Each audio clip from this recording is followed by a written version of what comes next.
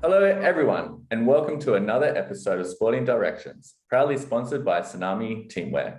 With me, Tavis Roberts. And me, Simon Atkinson. For those of you new to the show, Sports Directions podcast is aimed at providing some ideas and guidance for those of you wanting to pursue a career in the world of sport. Over the course of the first series, we'll be interviewing a range of professionals from different areas of sport to share some of their amazing stories. We'll be having them share with us some of their achievements, their struggles, and any advice they may have for many of you also wanting to pursue a career in sport. Today, we are very happy to welcome Martin Brockman. Martin was the 2010 Commonwealth Games Decathlon bronze medalist and is the head of athlete development at Aspire Academy, Qatar. Welcome, Martin, and let us begin. What was a strong memory that led you in the direction of pursuing a career in sport? Hi guys, thanks a lot for having me on. I guess for me, it really started at primary school. My first memories of sport and wanting to go in that direction of when I was at primary school doing sports day. And I remember running in the relay and picking up the baton miles behind everyone else and just flying past all these smaller and shorter and slower kids, with the kids lining the track, screaming and cheering for their team, which I was Bannister after Roger Bannister. And, you know, I think having that moment, as a kid on sports day, it's like the Olympics. I absolutely loved it. And from that moment, I didn't want to do anything else but become an athlete. Yeah, that sounds absolutely amazing. I mean, that's a very strong memory there straight away to have all those people cheering you on, and I can see where that motivation and where that drives come from. You mentioned Bannister there, a very famous athlete. I'm just very curious. Is there anyone particular in your life that really inspired you beyond that moment to really head in the direction of a career in sport? Everyone's first experience of sport is school and is PE, really. So I had a PE teacher at school that encouraged me to go and just try an athletics club. I wasn't even particularly that good, actually, as I went into secondary school. Once puberty kicks in, some kids grow faster than others, and I was later and not that good, but had a passion for it. And the teacher saw that passion, encouraged me to go and develop that at an athletics club. And from there, I met my coach, who was my coach for most of my career, and he really drove me on. And you know, he saw me one day, again, not that necessarily that talented, but he actually said to me, you know what, you'll be a really good athlete because you're lazy. And I said, well, what does that mean? He said, well, you as an athlete, you have to be either working incredibly hard or doing nothing at all, because you need to recover. And you know, he's absolutely right. On the surface, I look quite lazy. Actually, what it is, I get bored quickly, which is why I did Decathlon with 10 events. Those people, it's not necessarily one person that's inspired my journey, but there's lots of people that have nudged me in the right direction at the time that I needed it. So I had the PE teacher nudge me to go and try athletics. I then had my coach nudge me to become a full-time athlete. And he really taught me everything that I know about coaching. And when he retired as a coach, I actually then went on to coach myself to my second Commonwealth Games, just with the knowledge that he taught me. And then I took that on now to help coach other people. And that's how I've ended up in Qatar. That's fantastic. And I think you're absolutely right. There's a very famous quote, there's no such thing as a self-made man. Everyone needs help. Everyone needs encouragement, everyone needs support. And your story definitely sounds like one of those ones where, and I love the idea of lots of people adding a little bit of help amounted to a lot of help in a total. And I must say, on behalf of all the PE teachers watching and myself being a PE teacher and Tavis, you know, it's great to know that the things we do and the things we teach and the children we encourage, it can lead to success later down the line. That little fire we like can lead to something fantastic. What I do want to do is I want to just pick up on something you said. You went from having a coach to coaching yourself. What I'd love to know is, at what point did you realize I want to kind of delve into the coaching side a little more maybe than the performance side? Well, actually, I coached the whole way through my career. So when I left school and became a full-time athlete, so I decided not to go to university initially. And part of that was, I'm going to train full-time, but that gives you a lot of free time. And I wanted to, one, give something back, and two, coaching is an excellent way to learn about your craft. So there's one thing someone trying to teach you it, but there's another thing trying to teach it to someone else, and that's where you really develop that understanding. So I actually coached for my local athletics club for the first 8 years for free. I would coach anyone who wants to come, and they went from real young beginners in the 100 meters up to elite level decathletes. So, and then as I went forwards, I'd honed this set of skills that allow me to become a professional coach. And that quote of if you find a job you love, you never work a day in your life, and that's become me really. I'm doing something now that I'm paid for that I used to do for free, and the longer I can do that, the better. Thanks, Martin. It's great to hear that your story, and there's a couple of things that I want to just pull you back to. You mentioned before that you didn't go to university initially, and I know a lot of probably our listeners may be coming up to a decision like that where they're either being encouraged to go to university or they're looking for a different pathway. What was running through your head as you were sort of making those decisions, and what was the energy behind it? What was sort of the motivating factors to go into full-time coaching or becoming a full-time athlete? For me, I was never excited about school. I was never particularly inspired about school. So this is where I came across as quite lazy at school, but really it was boring for me, and I wanted to take a break from that. So initially I only took 2 years out, was the agreement I had with my parents. I'm going to take 2 years out to try and become an athlete, because they couldn't believe it because I wasn't really that good. And we had targets. If I hit these targets, I'd keep going. And after 2 years, I was still going. After 4 years, I was at the Commonwealth Games. So I'd gone from nobody to that level. So it was really a short-term break that turned into a career. But I have a lot of athletes come to me and ask me about it, and they say they're going to do the same thing. I actually don't advise it, because you have to realize that, especially in elite sport, most people aren't going to make it. I made it to Commonwealth Games level, didn't make it to Olympic level. And my career has been forged by taking a different path. My income comes from my coaching, not from my athletics background. So it is important to get that education behind you. But whilst at university, I went to university at 25. What I did do is I looked around and saw that everyone who had gone down this pathway of GCSE, A-level, straight into university, doing sports degrees, but they really didn't have anything else on their CV apart from the education. And then someone like me goes to university, I have the same degree as you, plus at that point 8 years of coaching experience, plus international athlete experience. So the degree is useful, but the degree only, or the CV only gets you an interview. After that, you need to have something else. You need to have something interesting. Why should we hire you over all the other people that have a CV, the other people that have a degree? So, I mean, my thought plan was, there wasn't too much of a plan, to be honest. It's, I want to be an athlete. I'm done with education for a while. I'll take a break and I'll see how it goes. But I do advise people, you need to have the long-term goal in mind also of, what am I going to do career-wise if sport or being an athlete doesn't work out? That's a great answer, that you grow from every interaction that you have. And you've sort of shown that you've grown from a nobody as you coached yourself throughout the time for 4 years, and it took you to the Commonwealth Games, okay? And at the Commonwealth Games, I believe you had a bronze medal. You had a lot of success. Would that be correct? I went from, when I left school, I was second in the county, and I went to third in the Commonwealth within 4 years. I mean, that comes with an awful lot of work and an awful lot of dedication. It's not just the training. I didn't turn up and do the training. Almost anyone can turn up and be told what to do. It was the driving to the track for 30 minutes, and I just asked my coach questions the whole way there and the whole way back, and it must have driven him crazy. Why are we doing this? How does this work? What's this technique? What's the best thing to do? So I had, that's an hour a day, every day, asking questions. And then I'd go to the track 4 days a week, and I'd coach for 3 hours. So that's another, 15 hours or 12 hours a week of practicing the skill. So it's not just, I did 6 hours training a day, 6 days a week, plus 5 hours, 6 hours of asking questions, Q&A with my coach, plus another 12 hours of coaching. So it was really, I absorbed myself in it. There's lots of people wonder how you did it. And there were athletes got upset because I'd bypassed them on the way there, and they think they were better than me. They should have been that person.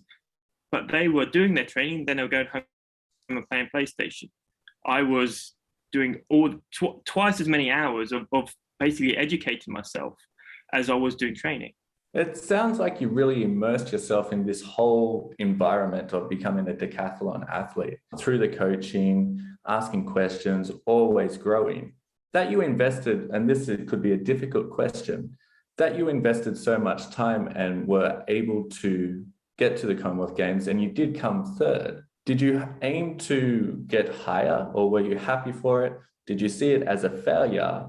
And if so, did that motivate for you? Was that motivation for you to go to the next step of your journey? Well, this is a tough thing about sport, is that you have to set ridiculous targets. You have to set targets that are basically impossible to achieve. So I was 18-year-old, second in the county in the decathlon. And I decided, I remember being at school and they announced that we're going to have the London Olympics. And I sat there, and that was basically the day I decided, okay, I'm going to be an athlete because I'm going to try.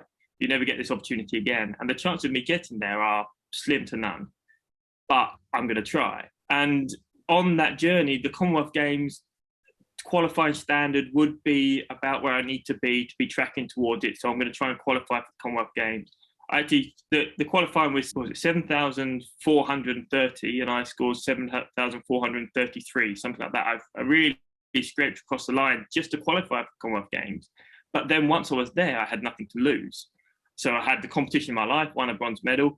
But it's really a bit of a double-edged sword, because that success should have propelled me forwards, but it also comes with a lot of pressure. So people around me knew that I was trying to get to the Olympics and, see if he gets there. Suddenly you're a Commonwealth Games bronze medalist. Well, people don't really understand their level. So they think, well, maybe he's going to win the medal at the Olympics. And suddenly the pressure was building and building and building. So as much as now it's great for me to have that medal sitting on the side over here and have it on my LinkedIn profile that I did that once, it made it, the pressure was a lot over the next couple of years. And when I didn't make the Olympics, that's something I had to deal with, and it was tough to pick myself back up again and go for the next Commonwealth Games, which was in Glasgow. So it's a home games. It's not the same, but maybe it's a nice kind of runners-up medal. I would say in the long term, having had that big vision, having that goal of going to the Olympics, in some ways I failed, but in going through the process, look how far I've come. And that's the important thing. And that's what I do now. I set myself really big goals. I have goals of where I want to be by the time I'm 40, knowing that even if I get halfway, I've still done pretty well. So I try and take that kind of philosophy forward in life, in my career and in my personal life. I'm absolutely loving this information, Martin. There's so many important things that are coming through. Some of the things that I've just written down, again, hard work, dedication, that insatiable need for information to grow, to be better. So something I like to refer to quite a lot in these interviews is that growth mindset. That always wanting to be better, that finding opportunity where others find failure. And to hear someone like yourself actually say the word failed or failure, but then allude to how that failure has actually resulted in you moving forward and you kind of gaining benefit through that hunger. I think that's sound advice to anyone listening. Half of the journey is the qualifications and going in the right direction. But I think from listening to you, I think and other guests we've had, I think the other half of the journey is very much how you approach your journey, with that sheer will to succeed and that dedication and that immersive lifestyle. I liked that idea how your competitors were going home and playing PlayStation and not focused on what it was they were doing, whereas you were asking questions and moving forward. And I think that just inspires others who maybe aren't competing to the highest level or aren't the right body shape. They can overtake their competitors if they just have a different mindset. Is there anything you want to add to my observations there, Martin? No, I think you've summed it up pretty well. I mean, The only thing I would probably add is this idea of what's nature versus nurture, and what's talent. And there were awful lot of people that were more talented than me. And now at work, there's probably an awful lot of people that are smarter than me. But are you willing to do the hard work? And lots of people now, especially when they're early in their careers, they want to get paid for what they do. And I'll do this job, I'll do this next step up, or I'll come and do this coaching if you're going to pay me for it. But really, my biggest asset is that 8 years I did for free, because people pay you they don't pay you for your degree, they pay you for your experience and your knowledge. And that is a craft that is honed over time. It's really being willing to do the work you're not getting paid for, that's going to give you that next step up. And that's true in work, and it's also true in sport. If you want to step up to the next level, you've got to do what everyone else is not willing to do. Sometimes in these conversations, we ask for people to give us their mantra, their kind of one line, and I think I've already written down about 6 for you, Martin. It's phenomenal.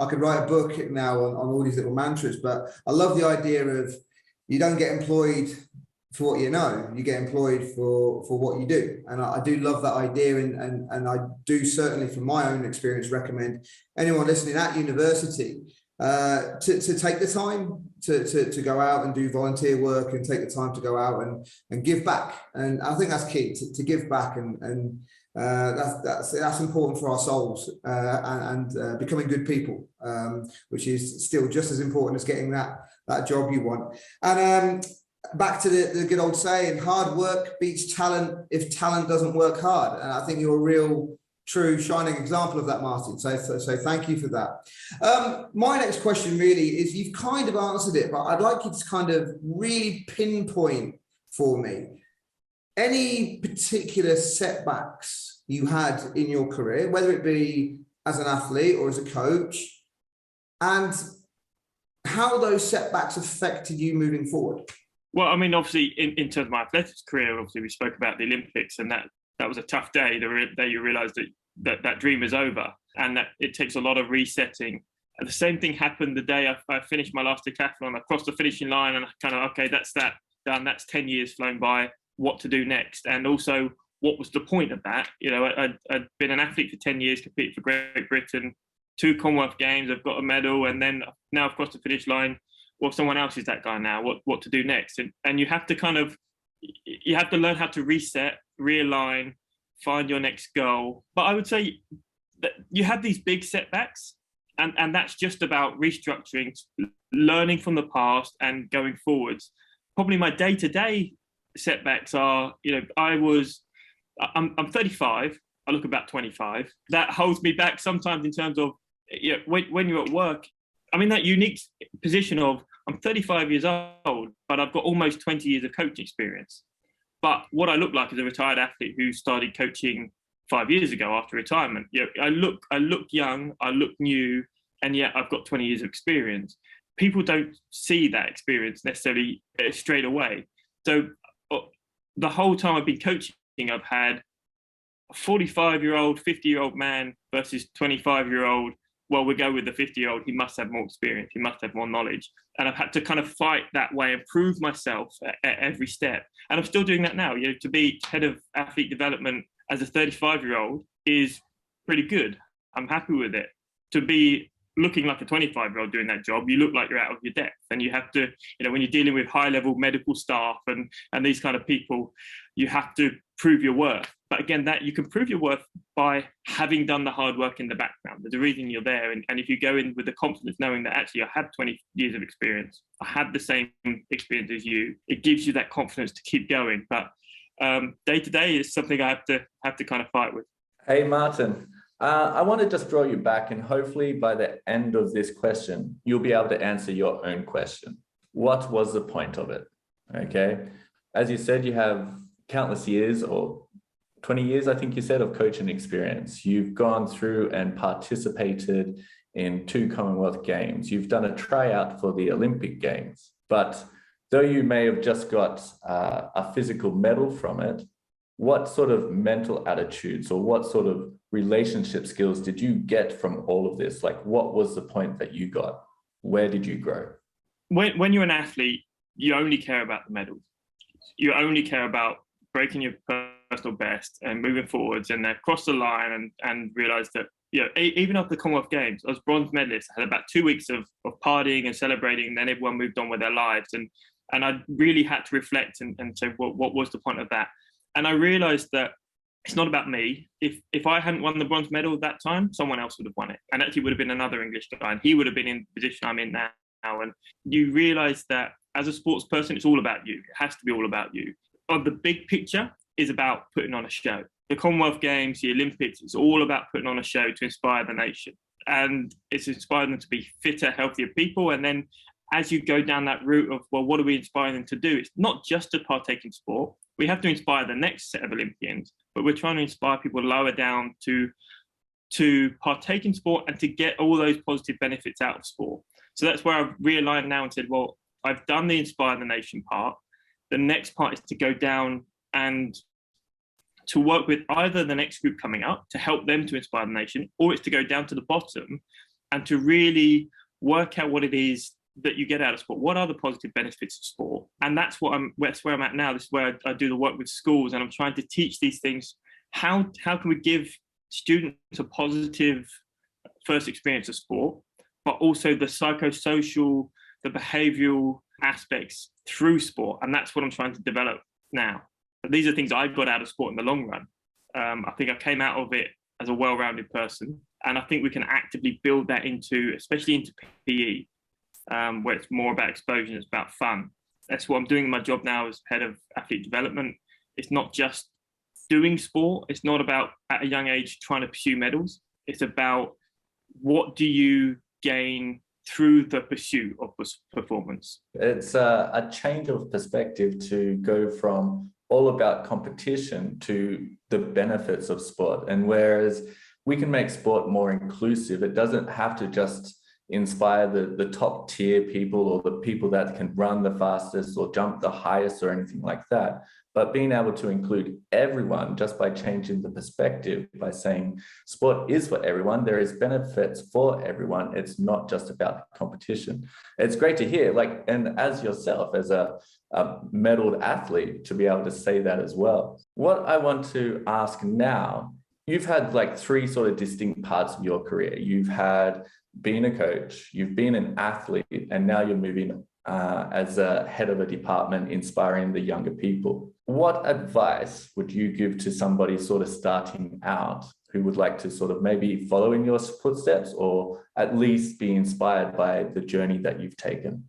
I would say you have to just keep in mind that it's all about giving.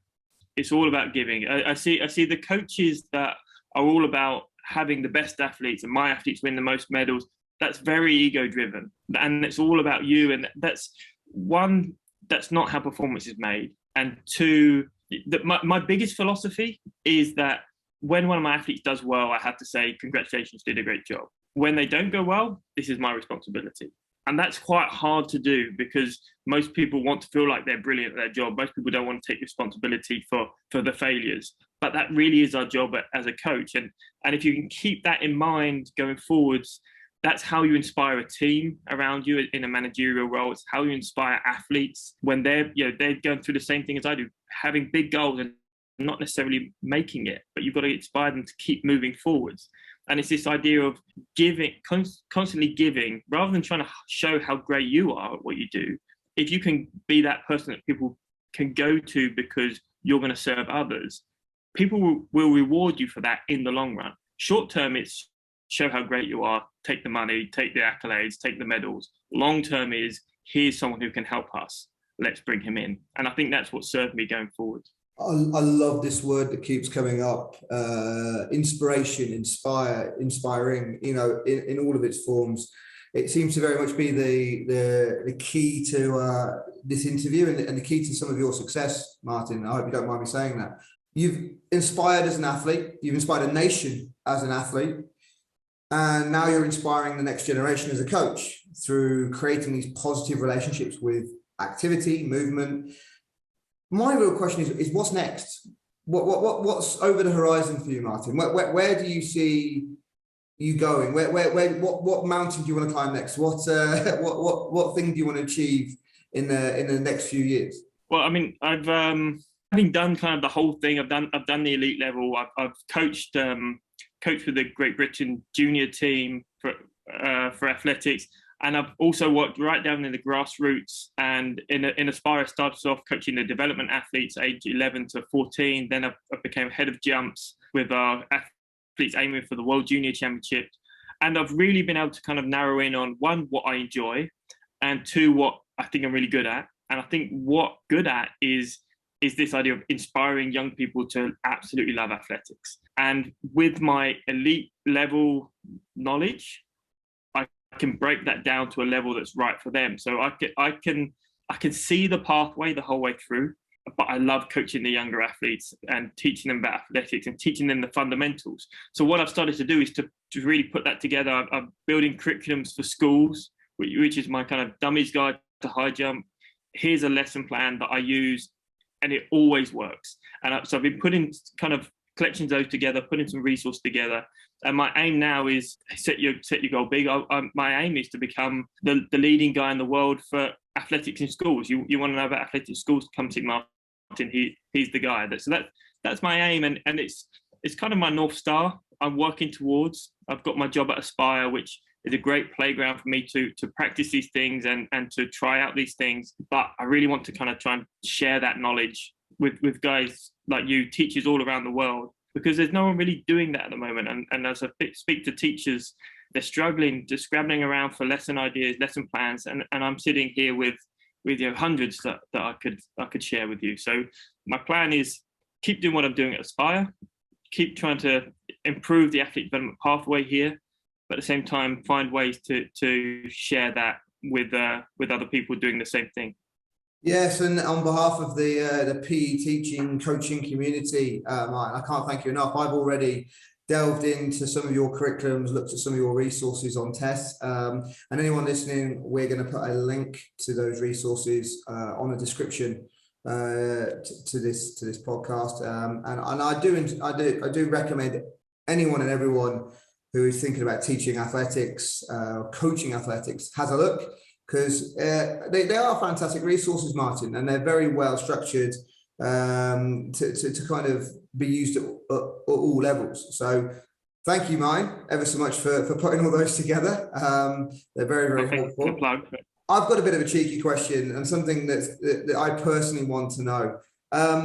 Like yourself, I've had the very privileged opportunity to coach elite athletes. So in my case, it was elite rugby, and I'm obviously my day job is to work with the next generation, the up and coming athletes. My question is which one did you enjoy the most, and what were the reasons for that? Coaching the higher level stuff comes with the pressure of higher level stuff. So, I mean, when you become a full-time athlete, your hobby becomes your job, and then it ceases to be a hobby anymore. And when your living is relying on it, there's certain pressures that come with that. As a coach, people are paying you to coach them to get better, and there's pressures that come with that. Whereas with the kids and the younger athletes, especially the younger teenagers, where they're developing as people, I love having that wider role of that guiding people to be better people through sport. That's what I'm really passionate about. So kids that age get better, whatever you do, almost, because they're growing and they're maturing, but giving them that really good start, knowing that I can hand them over to the guys that are passionate about performance, the guys that are capable of taking people to the Olympics. I feel like I could do that kind of stuff, but I feel like I should go where I'm best and where I'm most passionate about, rather than if I go for the performance stuff, it's really going to be for my own ego to say that I coach people at the Olympics. But for me, I'll get just as much joy out of developing 10 people that go on to compete at the Olympics, even though I'm not coaching at the time. That's what I love. It's watching these young people turning to really good young adults. It's great to hear that you're very service oriented, okay? And you're choosing pathways and directions that allow you to impact more people rather than specifically targeting athletes who are fantastic, but may be more egocentric or more outcome oriented. I love the fact that you've gone through and you've gained your knowledge and you're able to follow your passion and that you are able to live a life that you enjoy throughout your sporting journey. As we're coming to the end of this interview, we just have a quick lightning round. Short questions, short answers. My question for you is, what strange habit or skill do you have that has helped you on your journey? I don't know about strange habit. I mean, I think maybe we touched on it right at the start. I was known in my family for being the lazy one, which doesn't really make much sense when you've been an elite athlete. But like I said, I don't think I'm really lazy. I think I get bored quickly. As a kid, I was just distracted. Now that boredom means that I'm always doing something. I'm always learning something. I'm always thinking. I'm actually very, very conscientious, but I still have that athlete mentality of I'm either working really hard. So currently I have my job. I'm building my resources and my business. I'm doing an MBA because I just can't sit still. But then when I do sit still, I will do absolutely nothing. So I'm either full on or full off. That's it. I like that idea of full on or full off, and knowing where that switch is. I might need to speak to you at a later date to tell me where that switch is, because mine's always on. I'm always busy. But I have 2 children, so time off is always difficult when you've got 2 children trying to use you as a trampoline. Anyway, my strange question is, well, not a strange question, but out there question is, if you weren't in the world of sport, if something happened and you were no longer involved in the world of sport, what else do you think you would be doing right now? Probably 2 things. One, a bit more obvious, that I would probably be a primary school PE teacher. I think when you get those young kids, I think it's a hard job working with the kind of 5-6-year-olds, but I think those kids are just like a sponge. And I love the idea that, you know, one of my colleagues here had a daughter. We live in the Middle East. It never rained. Went back to the UK and they looked out the window and it was raining and they had no idea what was going on. And just this idea that everything you teach them is new, and you have such an opportunity to really shape a generation and shape kids in the right direction. I think I'd love it. And they're just such curious minds. The other option, if I was going to go a completely different direction, I'd probably be a musician, something like that. You know, I can play guitar very badly, but you know, you've always got that thing in your head of, you know, I could be a rock star. I could be on stage singing and in front of the crowds. No one would want to listen to me. But if I could do that, I think I'd absolutely love it. So not only inspirational, but multi-talented as well, Martin. Wow. I didn't say I was good at it. Always busy, always trying, very inspirational. And anyone listening to this, I think will certainly agree that those are the 3 best ways to sum up what's come across today. So we have unfortunately come to the end. I know we could probably go on and talk for hours, but we have come to the end of this conversation. And anyone obviously wanting to know more, we'll put your details into the description. But yeah, so from myself and Tavis, we'd just like to say thank you ever so much for the time you've given us today. Some great inspirational quotes, some great information, and some real, you know, golden nuggets for people to take away. So, Mine, thank you ever so much for your time. Yeah, thanks for having me on. I think this is a podcast that's really needed for guys moving into sport. Having that vision of where to go, I think it's going to be really useful for some, especially some of the younger people coming out of university. So keep going with it. Enjoy listening to them so far, and good luck. I'd just like to echo what Simon had just said. Thanks again for sharing your advice, your information from, your perspective, from being a medaled athlete, from being able to go through university late, to be able to overcome challenges and to pick yourself back up, and sort of reiterating hard work versus talent and how hard work can win every time. Thank you very much. I feel we've survived 10 rounds with you, just like a decathlon, and we wish you all the best in the future.